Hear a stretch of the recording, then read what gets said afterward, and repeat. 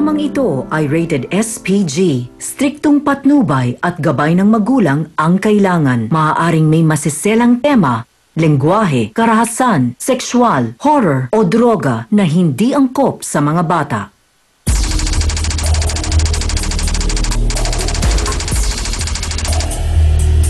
Ngayong umaga, isang ama iniwan ng kanyang asawa. Kaya anak niya ang kanyang kinakawawa. Matagal nang sinasabi sa akin niya na wala daw kaming pakialam. Hindi ako nakikialam sa kanya. Samantalang pinakakain ko kahit bahaw at mas nabubusog yung mga anak niya. Bakit mga bata ang kanyang pinagbubuntunan? Kailangan ba ang mga bata ang pagmalupitan? Wala silang pakialam sa akin. Buhay ko dun eh. Kasi ako naghanap buhay sa mga anak ko. Yung mga ginagawa niya, hindi na makatao eh. Hindi ko alam kung may sakit siya sa utak. Kumukulo ang dugo ko dyan sa na yan. Hindi nga ako matulungan nila eh. Bigyan pa ako ng problema. Harapin na natin yan at pag-usapan face to face na! Sausawero, Sausawera! Let's get ready for Sausawer!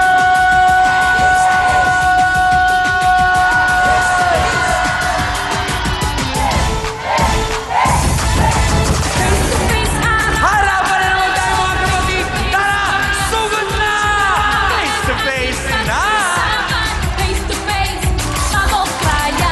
Sa bula, sa puti! Nako, sana nga magbate! Wala na sana ang labanan! Usama na lamang! Let's go! Naku, sadyang makulay ang mukha ng buhay. Tayo magharapan, ating pag-usapan. Aminan, awayan at magugkayan. Gusto mo bang makisawsaw-taran ng kaibigan ba ngayon? Mga kapatid, ano ang ating sigaw? Ngayong umaga! Sinong sisimangon? Sinong hingin? Kayo dyan sa bahay! Maki-face to face na sa amin! Harapin mo! Face to face!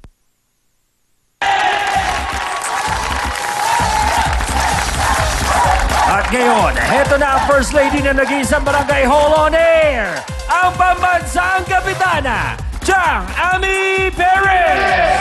Kamusta po kayo mga Sausawera at Sausawera? Dahil nga ba sa pag-iwan ng kanyang asawa kung bakit ang mga anak ang binubugbog niya? Mga kasawsawan at hands, nako, sana kayanin natin ang ating mabigat na issue ngayong araw na ito. Naku, Chang, mukhang mapapaaray kami sa mga usapang maririnig. Pero ready naman! Hindi ba? Kaya naman, B1 at B2, huwag papaapekto, kailangan namin kayo. At dahil nga napakasensitibo ng ating issue ngayon, kailangan po natin ang tulong ng ating pong tatlong mahal. Ito po, Attorney Ben Acosta, Dr. Camille Garcia, Father Sunny Merida. Sila po ang ating trio tagapayo. Kaya naman mga kasawsawan, let's make it a come on. Face to face na!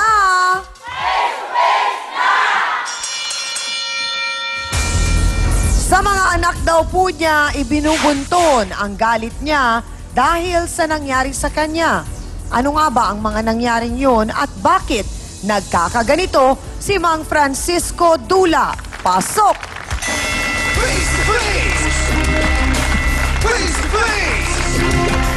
Kuya Francis, magandang umaga po sa inyo. Magandang umaga rin po. Kamusta po kayo? Problemado pa rin po, ma'am. Ano pong pinoproblema ninyo?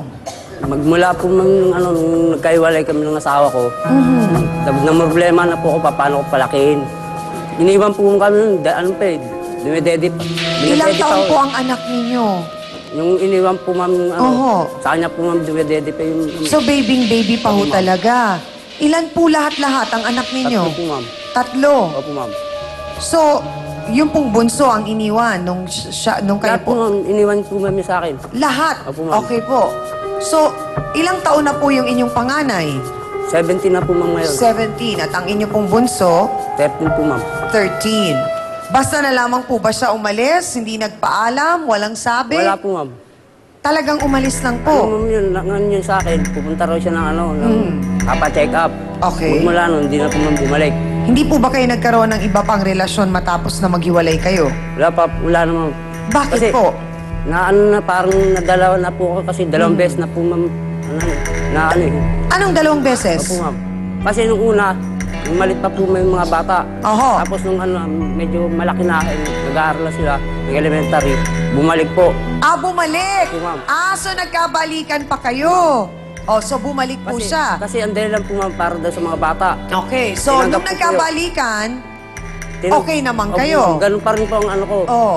So bakit parang iniwan na naman kayo ulit sa pangalawang beses? Naano po na yun sa barkada. Magmula po Ilang taon yun? Yung asawa po, kasal po kayo o kinakasama lang? Kasi ma'am, nung nagkakilala kami noon, 15 pa lang siya ma'am noon. Ay, ang bata pa naman, Kuya Francis. Pero, ma'am, So wala po kayo kahit na anong balita kung may iba na siyang pamilya. Ano pong pangalan ng babae? Evelyn po ma'am. Evelyn. Pero alam nung tatlong anak ninyo, Opo, ma'am. nabuhay pa yung kanilang ina. Opo ma'am. Okay. Yun nga inaano ko sa kanila eh.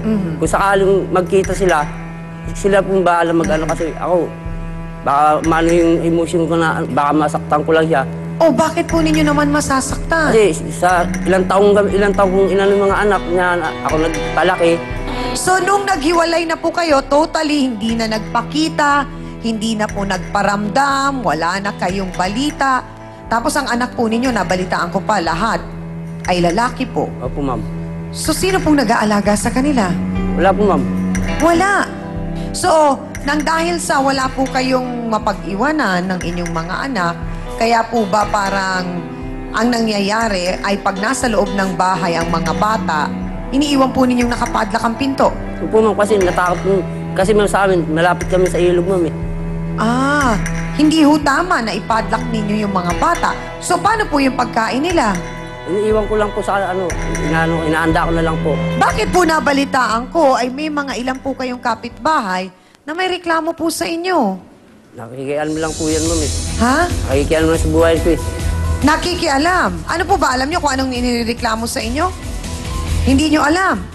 Siguro para malaman ni Kuya Francisco kung ano yon, isa lang po siya, mga kapatid, sa mga kapitbahay. Pero gano'n na lang ang concern niya sa mga bata o anak nitong si Mang Francisco. Bakit kaya? Pakikwento mo nga sa amin, Ate Ana de Ocampo. Pasok!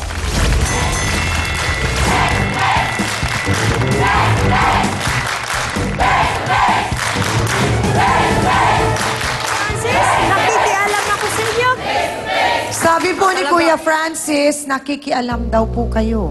Paano po hindi ako makikialam sa kanya? Ang mga bata, binubugbog niya. Halos parang patayin na nila lahat. Ano pakialam mo, kung patayin ko yun. Francis, nakikialam lang ako dahil ina din ako. Sadista kang ama. Huwag mo akong sabihan na pakailamera dahil niya mga Abay, anak ko, wala daw lubak paki na si Ate Ana kahit patayin pa ni Kuya Francis ang mga anak niya. Naku naman po, ano ba ang malalim na dahilan? At sa mga anak niya, ibinubuntun po ang kanyang mga hinanakit sa buhay. Yan ang bubusisiin natin sa pagbabalik po ng Face to Face. Sino po sa mga bata ang minartilyo ninyo?